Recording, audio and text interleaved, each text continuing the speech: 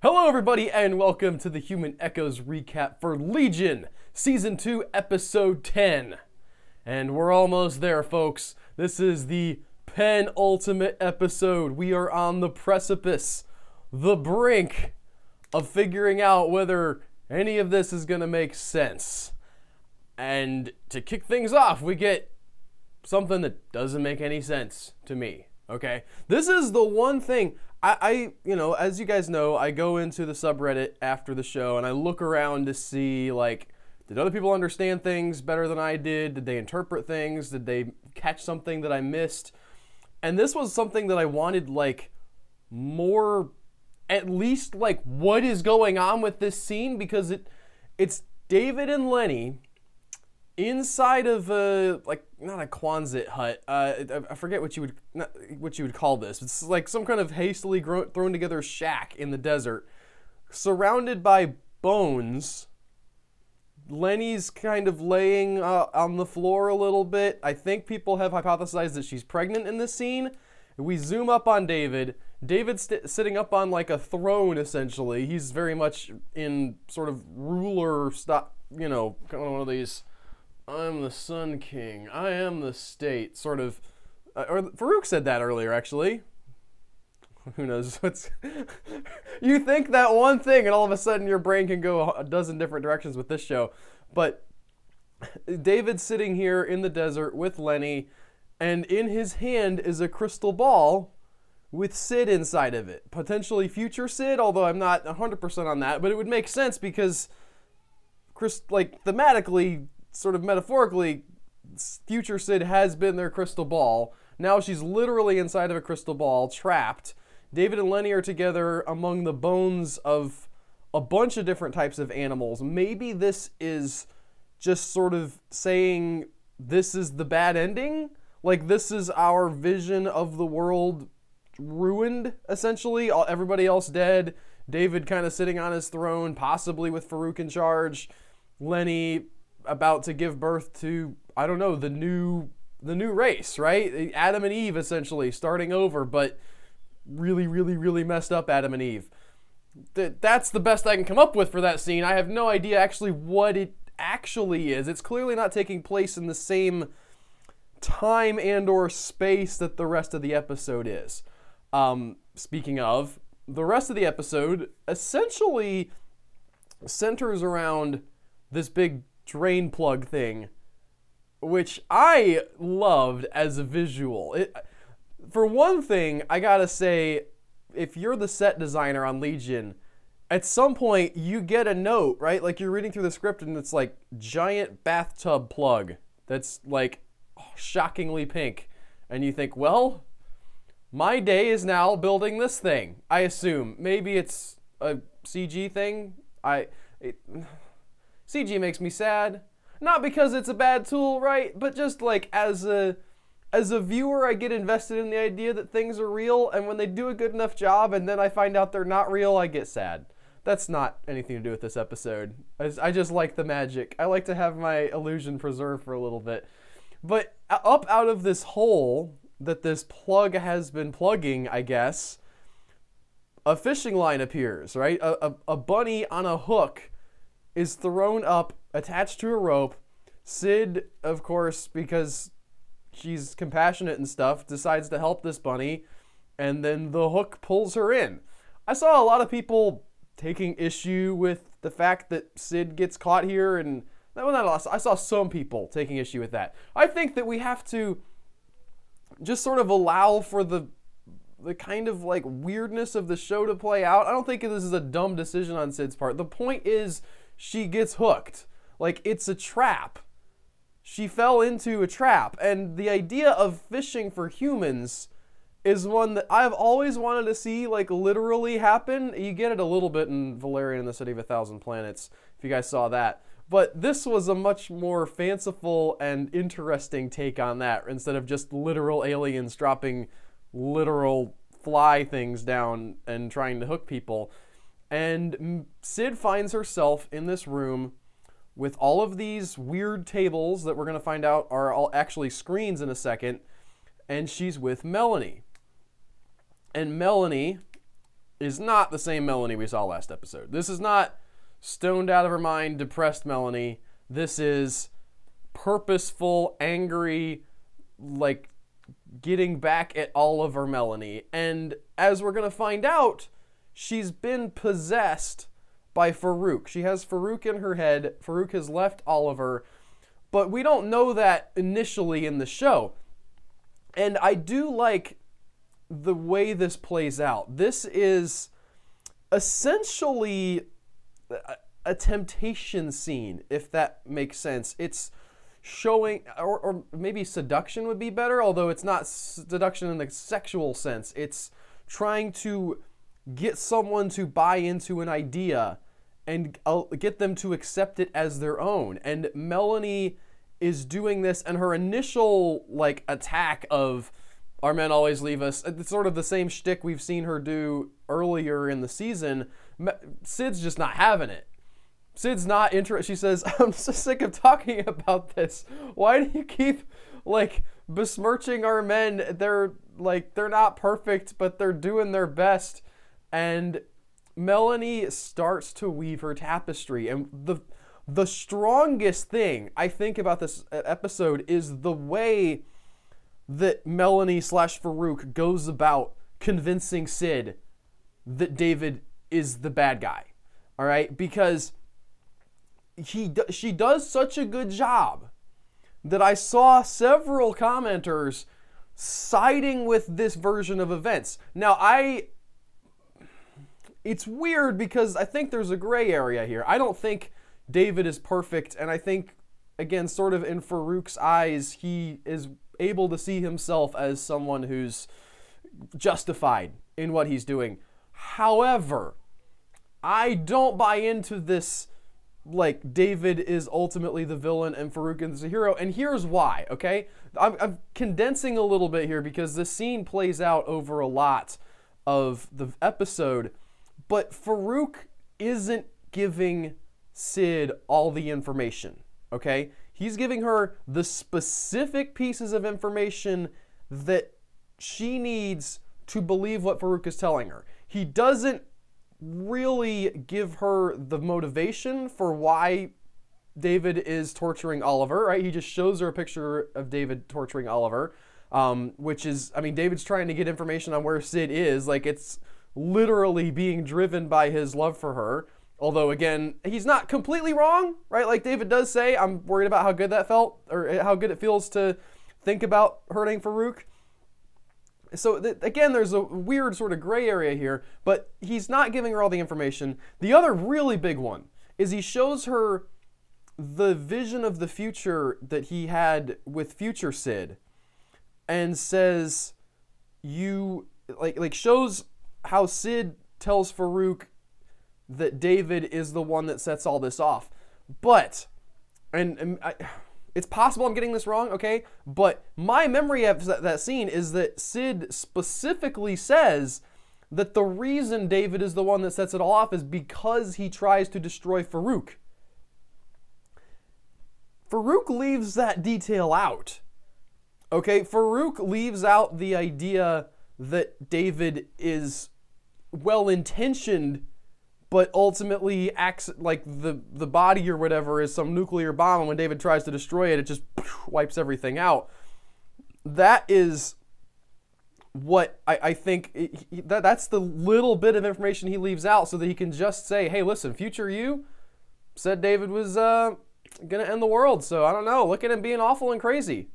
I can imagine, and then he, like in the astral plane, right, in the chalk drawing sort of vision astral plane, Farouk / Melanie implants this vision of David as, you know, sort of this monster towering above cities that are in rubble and laughing about it. And he's putting all of these pieces in there trying to get Syd to doubt David. And he brings up also the fact that David was at least some level of physically intimate with future Syd.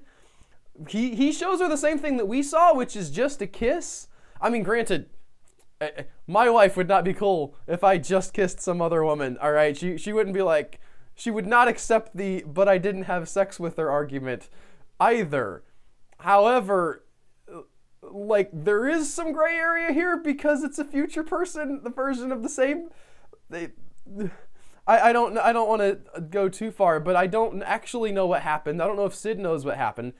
And the great thing that someone pointed out, this is not an original thought of mine, and beware of thoughts that are not your own, but I'm taking this one anyway. That, speaking of beware of thoughts that are not your own, Syd is not heeding that advice, right? She is taking Melanie's thoughts and she's internalizing them. She doesn't know that she's Farouk. And the other thing is she is interacting with the world through screens, right? Which 2 episodes ago, I want to say, John Hamm had that sort of allegory of the cave, the shadow paintings, and not actually being there, being able to dissociate from people because they aren't here with you, so you can, you know, have that distance and start to build up whatever theory you want to about them because they're not here. Farouk has put her in that place. He has put her in the cave where the shadows are what he controls. He's puppeteering these shadows, all right? And we didn't see that part of the allegory, but we talked about it in the recap, that the shadows are puppeted. They are controlled, and Farouk is very much controlling the shadows in this cave, trying to get Syd to turn against David, and it works, more or less. And Syd is strong. She doesn't snap instantly. There's no single moment where she's like, just starts. But Farouk wears her down and insinuates himself into her mind and gets her to start buying into his way of thinking. And I thought that was great.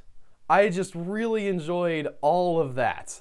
Meanwhile, as we sort of alluded to, other stuff is going on. David is torturing Oliver, and this is another thing that we don't, this is hard to think about, especially in retrospect, that Oliver is trying to protect Melanie, and so despite the fact that Farouk is no longer in his body, he plays along as if he is Farouk and lets David torture him. I mean, he doesn't necessarily have a choice, like he can't get out, but he could have said, it's not, I swear it's me. It's debatable whether David would have bought that, but at the very least, you'd think that there could have been a way out if he'd opened his mouth, and he doesn't. He keeps his mouth shut. He plays his part as the pawn in Farouk's scheme, as Farouk is trying to get Syd to buy into this nonsense about David, and it works. Lenny shows up. All right, she finds the big drain. There's a bunch of guys with safes on their heads sitting around it. What's that about? Who knows? Like, let's not get bogged down here because this show's got a lot of stuff that I don't know what it's about, but it's a cool image. And she has her gun that should not fit in the box, but it does, and goes off hunting for some Farouk. Carrie and Carrie show up. They follow after where Lenny was. There are the same area where the drain was, but the box heads are no longer there. The boxes are on the floor. These ninjas I don't know. I call them the Bolo Ninjas, right? Because they have these weird swingy bolo things that make noise. So in my notes, these are the Bolo Ninjas, and they attack. Their woo woo woo woo thing apparently is some kind of brown note. Maybe not a brown note, but like really messes with your head. Girl Carrie's the only one who's able to deal with it. There's a fight scene. It's not the best fight scene in the show, but I thought it was okay. It was fun. I just really like Girl Carrie, honestly. I'm a simple man, and her whole deal, her outfit, like her sort of take no prisoners, just kind of simple view of the world, everything about that is great. And the fact that she's not afraid of a fight, even if I saw some complaining about the fight choreography, even if that wasn't perfect, I still enjoyed this moment.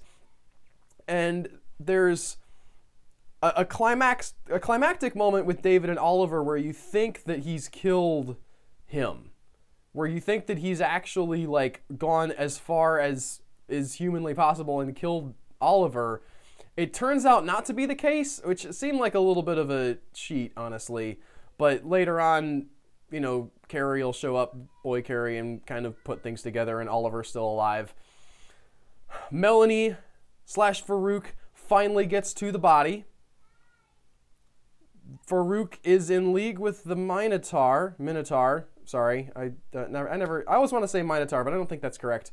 And we saw all the way back in episode 2, I want to say, very early in the season at least, if that's not specifically correct. We saw Melanie Bird and the Minotaur in the same room together. And I guess that was just her with Farouk like already in her or something, or starting to get his fingers in her, and the Minotaur just is there? The Minotaur is a weird complication to all of this. I don't know what it's supposed to be. I don't know if it's supposed to be anything. Like, they've gone down this drain. They're in this maze. There's, by the way, a phrase that Farouk says earlier when he's talking to Syd, where he says that the ants will be destroyed. And there is a lot about this underground warren that is made to feel very ant farm-like. Not ant farm, but as if it's an ant area. Nest? I don't know what you call them. Ant hill, essentially, but under the ground. And in Florida here, and I assume in other places too, you'll have these ant hills that are just like one hole with like a little, maybe a little mound, but essentially just one hole. And then if you go down, there's all kind of branches and other stuff under the ground. I don't know if that means anything, but it just sort of struck me as we were watching the episode that Farouk had mentioned ants, and now we're sort of in an anthill. And the Minotaur busts free of his shackles, I guess because Farouk has his body now. Maybe that's like he's powering up because of Farouk. He's able to stand up. He gets his horns back. Honestly, I thought he was cooler when he was sort of dragging himself along and sort of crippled, but, you know, he wouldn't be a great fighter in those instances. And he starts hunting people down. He hunts down, who does he take out? I forget who the first person he attacks. He definitely attacks the androids, right? He gets a couple of them and just tears their pieces apart. The girl Carrie is down in the sort of labyrinth with him and running away, and ends up kind of fighting him with Syd. Syd, I don't know what's going on in this fight scene.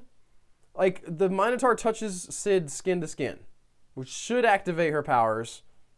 But I don't, like, does it work on Minotaurs? Does Syd have to touch you with her hand, or is it just anybody that touches her? I think it's that's how it works, but they kind of zoom in close on her eye and then close on the Minotaur, like, about to touch her, and that's the last we see of them. So I guess that'll be a next week on Legion. Farouk gets rid of this thing that Clark had brought along, right? Clark is trying to do his part of the plan. He brought this thing called the choke that was a giant tuning fork, because of course it is. I don't know with this show anymore. And he's set it up and everything. He's sort of doing his part, and Farouk just shows up and he's like, nah, gets rid of it. The androids have a great moment where they're like, run away, and just turn around and walk off. Clark gets thrown somewhere. He'll probably be fine. I mean, that dude survived whoever it was in the pool room, and not looking back at it, I'm not sure either, but one of the mutants just destroying people with fire. So he'll probably be okay with a good throw as well. He survived David for all this time. And the explosion, right? Don't forget that, when David blew up a bunch of stuff when he was in that room. So this guy's real hardy. May not be a mutant, but he's made of some solid stuff. And then David shows up and says boo, and that's the end of the episode. I don't know that this justifies like a lot of the season that came before it. Things like the Migo monk. I mean, the fact that there was a character who knew where Farouk's body was and they had to get that information from him, like, that's a standard plot point, but the way that played out sort of felt like just a dead end to the plot. Ptolemy's still in the computer somewhere as a tree doing whatever. There's a lot about sort of the build-up to this I don't understand. Farouk in the previous episode said, do you think he's figured out what this place is yet? And I haven't. Like, is it a bathtub? Because, I mean, there's a giant bathtub stopper. Why would it be? I don't know. The best theory I saw was this is like a crossover episode with Westworld, and this is after they've drained the bay where all the bodies are. And they just literally have a giant bathtub plug. That's a lot of fun, but honestly, I don't know where that was going. As I mentioned earlier, the Minotaur, it feels like just extra stuff to have. I don't know what that becomes. There seems like there's still a lot left to get through, and next week's episode, from what I hear, is not going to be like an extra long episode, because it was only going to be 10 episodes, and then episode 10 would be super long, right? So the one we just watched, this would be a long old episode, and then we just, like, that would be the end of the season, and the FX said, well, let's milk it a little bit and cut it in half, and so 11 is just sort of the back half of 10, but I don't know how all of this stuff gets resolved, if it gets resolved. Obviously, not all of it does, right? Clearly, there's going to be some loose ends, but I have not yet been convinced that the things that I had problems with earlier in the season were justified. I'm happy with this episode. There's some good stuff in this episode, visually and storytelling-wise, but it feels like it hasn't put the rest of the problems I have with the season to bed. I hope that I get that in the final episode, and I'm still enjoying it, okay? People get sensitive when I'm negative about the show that they love, if they love it, and that's absolutely understandable. I know if you came here to watch a recap, you probably really, really dug it, and so if you hear me saying negative things, sometimes that means I just really didn't like the thing, but this, in this case, it's an interesting piece of art to digest, I will say. I like it, but there's a part of me that doesn't fully understand why. I love it for its weirdness, but I wish that it wasn't trying to be quite as tricky as it thinks it is. Honestly, I think that most of the stuff in Legion is actually a lot more straightforward than you're expecting because of the visual. That's sort of the conclusion that I've come to, is that there's not a lot of sort of otherworldly, this is all a dream kind of stuff happening. For the most part, most of this is real, and because of the visual, we tend to look for just the wildest interpretations, and I don't know that that's a valid approach. I mean, not telling anybody else how to be a fan, but that, for me, has not worked out in the past, as I have tried to make some crazy theories, and they just generally tend to fall apart. The stuff that we've seen has not been mostly crazy theory material. It's just been a television show about mutants with some wild visuals. But that will do it for this week. Thank you so much for watching, you guys. If you like this episode, please consider subscribing to this channel. I know we're wrapping up Legion, but we will be doing other TV recaps in the future. I don't know what show of. Hopefully, I'm looking for feedback on this. I've mentioned this on the Westworld recap that I want to know what upcoming shows that you guys, as fans of this show, are excited about. It doesn't have to be in the same vein here, right? It's just sort of like something that I might be interested in, that you're interested in. Share those in the comments. Let me know, as always, what I got wrong, what your theories are. I love reading those, and I will see you guys next week with another episode of the Legion Recap. Take care, y'all.